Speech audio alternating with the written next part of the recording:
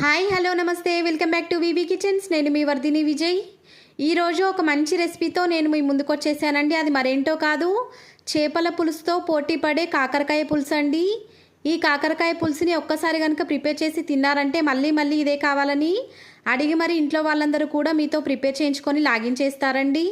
చాలామంది ఈ కాకరకాయ పులుసును తినడానికి ఇష్టపడతారు, కానీ అందులో ఉన్న కాకరకాయ పీసెస్ని తినడానికి ఇష్టపడారండి. ఎందుకంటే అవి కాస్త చేదుగా ఉంటాయి. కాబట్టి నేను చూపించే విధంగా గనక ఈ కాకరకాయ పులుసుని ప్రిపేర్ చేశారంటే అస్సలు చేదు ఉండదండి.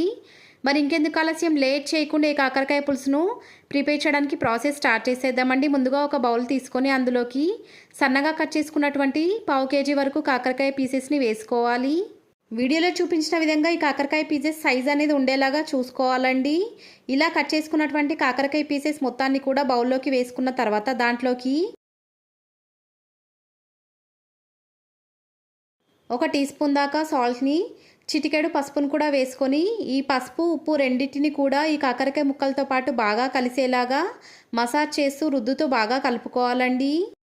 ఉప్పు పసుపు రెండు కూడా ఈ కాకరకాయ ముక్కలతో పాటు బాగా కలిసిపోయిన తర్వాత ఇప్పుడు ఈ బౌల్ పైన మూత పెట్టి 15 to 20 మినిట్స్ పాటు కాసేపు పక్కనుంచుకోవాలండి. ఇప్పుడు మరొక బౌల్లోకి 100 గ్రాముల వరకు చింతపండును వేసుకొని దాంట్లోకి నార్మల్ వాటర్ని వేసుకొని 2 సార్లు బాగా వాష్ చేసుకున్న తర్వాత మంచినీళ్ళని వేసుకొని ఈ చింతపండును 15 నుంచి 20 నిమిషాల వరకు బాగా నానబెట్టుకోవాలండి. మీకు కనుక చింతపండు నానబెట్టడానికి ఎక్కువగా టైం లేదనుకున్నట్లయితే వేడి నీళ్ళని వేసుకొని కూడా చింతపండుని నానబెట్టుకోవచ్చండి. అలా చేసినట్లయితే చింతపండు నుంచి గుజ్జు చాలా తొందరగా వస్తుంది. ఇప్పుడు స్టవ్ వెలిగించి స్టవ్ పైన ఒక ప్యాన్ పెట్టి ఆ ప్యాన్ వేడైన తర్వాత దాంట్లోకి 2 టేబుల్ స్పూన్ల దాకా నువ్వులను వేసి ఆ నువ్వులను అటు ఇటు రొటేట్ చేస్తూ 2 నిమిషాల పాటు దూరగా ఫ్రై చేసుకోవాలండి. ఈ నువ్వులను ఫ్రై చేసేటప్పుడు మంటను మాత్రం లో ఫ్లేమ్లోకి మాత్రమే అడ్జస్ట్ చేసుకోవాలి. ఏమాత్రం హై ఫ్లేమ్ని పెట్టకూడదండి. అలా చేసినట్లయితే ఈ నువ్వులు మొత్తం కూడా మాడిపోయే ఛాన్స్ ఉంటుందండి. వీడియోలో చూపించినట్టుగా నువ్వులు బాగా ఫ్రై అయిన తర్వాత ఇప్పుడు ఈ నువ్వులన్నిటినీ కూడా ఒక ప్లేట్లోకి ట్రాన్స్ఫర్ చేసుకొని బాగా చల్లార్చుకున్న తర్వాత ఒక మిక్సీలో వేసుకొని పౌడర్ చేసుకొని కాసేపు పక్కన ఉంచుకోవాలి. ఇప్పుడు ఇందాక మనం కట్ చేసి సాల్ట్ బాగా కలుపుకున్నటువంటి కాకరకాయ పీసెస్ని కొంచెం కొంచెంగా తీసుకొని వీడియోలో చూపించిన విధంగా ఆ కాకరకాయ పీస్లో నుంచి వాటర్ అనేటివి బయటికి వచ్చేంత వరకు కూడా గట్టిగా పిండుకోవాలండి. ఇలా గనక చేసినట్లయితే కాకరకాయలో ఉండే చేదు మొత్తం కూడా ఇలా వాటర్ రూపంలో బయటకు వచ్చేస్తుంది. ఎంత గట్టిగా వీలైతే అంత గట్టిగా కాకరకాయలో ఉన్న రసం మొత్తాన్ని కూడా బయటకి స్క్వీజ్ చేసేసుకోవాలి. ఒకసారి కనుక మీరు వీడియోను కరెక్ట్గా అబ్జర్వ్ చేశారంటే ఈ కాకరకాయలో ఉన్న చేదు మొత్తం వాటర్ రూపంలో బయటకు వచ్చేసిందండి. ఇలా చేదు మొత్తాన్ని తీసేసినటువంటి కాకరకాయ ముక్కల్ని ఒక ప్లేట్లోకి ట్రాన్స్ఫర్ చేసుకొని పక్కన ఉంచుకోవాలి. ఇప్పుడు స్టవ్ వెలిగించి స్టవ్ పైన ఒక ప్యాన్ పెట్టుకొని ఆ ప్యాన్లోకి 3 టేబుల్ స్పూన్ల దాకా ఆయిల్ని వేసి బాగా వేడి చేసుకోవాలి. ఇప్పుడు మంటను లో ఫ్లేమ్లోకి అడ్జస్ట్ చేసుకొని 1/2 టీ స్పూన్ దాకా జీలకర్రను కూడా వేసుకొని జీలకర్ర మొత్తాన్ని కూడా బాగా ఫ్రై చేసుకోవాలి.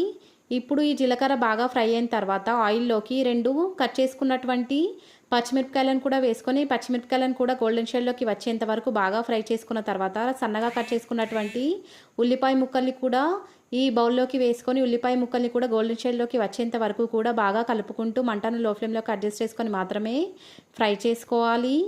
పచ్చిమిరపకాయలు బాగా ఫ్రై అయిన తర్వాత ఇప్పుడు ఈ ఆయిల్లోకి ఒక రెమ్మ దాకా కరివేపాకును కూడా వేసుకొని కరివేపాకును కూడా పచ్చివాసన పోయేంత వరకు బాగా ఫ్రై చేసుకోవాలి. కరివేపాకు బాగా ఫ్రై అయిన తర్వాత ఇప్పుడు ఈ ఆయిల్లోకి 1 టీ స్పూన్ దాకా అల్లం వెల్లుల్లి పేస్ట్ని కూడా వేసుకొని అల్లం వెల్లుల్లి పేస్ట్ మొత్తం కూడా ఉల్లిపాయలతో పాటు బాగా కలిసేలాగా అడుగు నుంచి ఒకసారి బాగా కలుపుకున్న తర్వాత ఇప్పుడు ఈ బౌల్లోకి 1/2 టీ స్పూన్ దాకా పసుపును కూడా వేసుకొని పసుపు మొత్తాన్ని కూడా ఈ ఆనియన్స్తో పాటు బాగా కలిసేలాగా ఒకసారి అడుగు నుంచి బాగా కలుపుకోవాలి. మరొక 30 సెకండ్స్ పాటు ఈ పసుపు మొత్తం కూడా ఆయిల్లో బాగా ఫ్రై చేసుకున్న తర్వాత ఇందాక మనం పక్కన ఉంచుకున్నటువంటి కాకరకాయ ముక్కల్ని మొత్తాన్ని కూడా ఈ బౌల్లోకి వేసుకొని ఆనియన్స్తో పాటు బాగా కలిసేలాగా ఒకసారి అడుగు నుంచి బాగా కలుపుకోవాలి. ఆనియన్స్తో పాటు ఈ కాకరకాయ ముక్కలు బాగా కలిసిపోయిన తర్వాత ఈ ఆయిల్లో ఈ కాకరకాయ ముక్కల్ని 2 నుంచి 3 నిమిషాల పాటు మంటను లో ఫ్లేమ్లోకి అడ్జస్ట్ చేసుకొని మాత్రమే బాగా ఫ్రై చేసుకోవాలండి. 3 నిమిషాల తర్వాత ఇప్పుడు ఈ కాకరకాయ ముక్కల్లోకి 1 టీ స్పూన్ దాకా చక్కెరను కూడా వేసుకొని బాగా కలుపుకొని మరొక 2 నిమిషాల పాటు బాగా ఫ్రై చేసుకోవాలి. ఇలా చక్కెరను యాడ్ చేసుకోవడం వల్ల ఏదైనా చేదు మిగిలిపోయి ఉంటే ఆ చేదు కూడా కంప్లీట్గా వెళ్ళిపోతుందండి.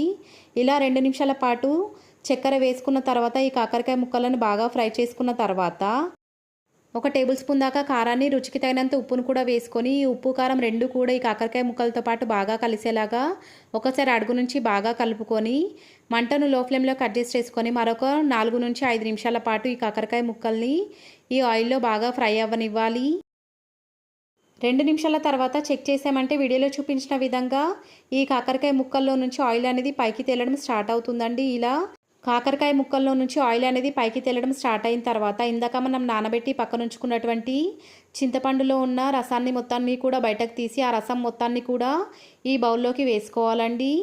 చింతపండు రసం మొత్తాన్ని కూడా వేసుకున్న తర్వాత ఈ కాకరకాయ పులుసుని 5 నుంచి 6 నిమిషాల పాటు బాగా మంటను హై ఫ్లేమ్లోకి అడ్జస్ట్ చేసుకొని మరిగించుకోవాలి. 6 నిమిషాల తర్వాత వీడియోలో చూపించినట్టుగా ఈ కాకరకాయ పులుసు అనేది మారుతుందండి. ఇలాంటి టైంలో ఈ కాకరకాయ పులుసులోకి ఇందాక మనం ఫ్రై చేసి మిక్సీ చేసి పక్కన ఉంచుకున్నటువంటి నువ్వుల పొడి మొత్తాన్ని కూడా వేసేసుకోవాలండి. నువ్వుల పౌడర్తో పాటుగా 1 టీ స్పూన్ దాకా ధనియా పౌడర్ని కూడా ఈ కాకరకాయ పులుసులోకి వేసుకొని కాకరకాయ పులుసుతో పాటు బాగా కలిసేలాగా ఈ రెండింటిని కూడా బాగా కలుపుకున్న తర్వాత మరొక 2 నుంచి 3 నిమిషాల వరకు మంటను లో టు మీడియం ఫ్లేమ్లోకి అడ్జస్ట్ చేసుకొని కాకరకాయ పులుసుని బాగా మరిగించుకోవాలి. ఇలా మనం ఈ 2 మసాలాలను కూడా యాడ్ చేసుకున్న తర్వాత కాకరకాయ పులుసుని మరిగించడం వల్ల కాకరకాయ పులుసు అనేది చిక్కబడుతుందండి. 3 నిమిషాల తర్వాత కాకరకాయ ఉడికిందో లేదో ఒకసారి చెక్ చేసేసుకొని స్టవ్ ఆఫ్ చేసుకొని ఈ కాకరకాయని మీకు నచ్చినట్టుగా వేడి వేడి అన్నంతో సర్వ్ చేసుకున్నామంటే చాలా బాగుంటుందండి. ఈ రెసిపీ కనుక మీకు నచ్చినట్లయితే లైక్ చేయండి, మీ ఫ్రెండ్స్ అండ్ రిలేటివ్స్తో షేర్ చేయండి. ఇలాంటి టేస్టీ అండ్ అథెంటిక్ రెసిపీస్ కోసం మన వీవీ కిచెన్స్ ఛానల్ని సబ్స్క్రైబ్ చేయడం మాత్రం మర్చిపోకండి. Thanks for watching.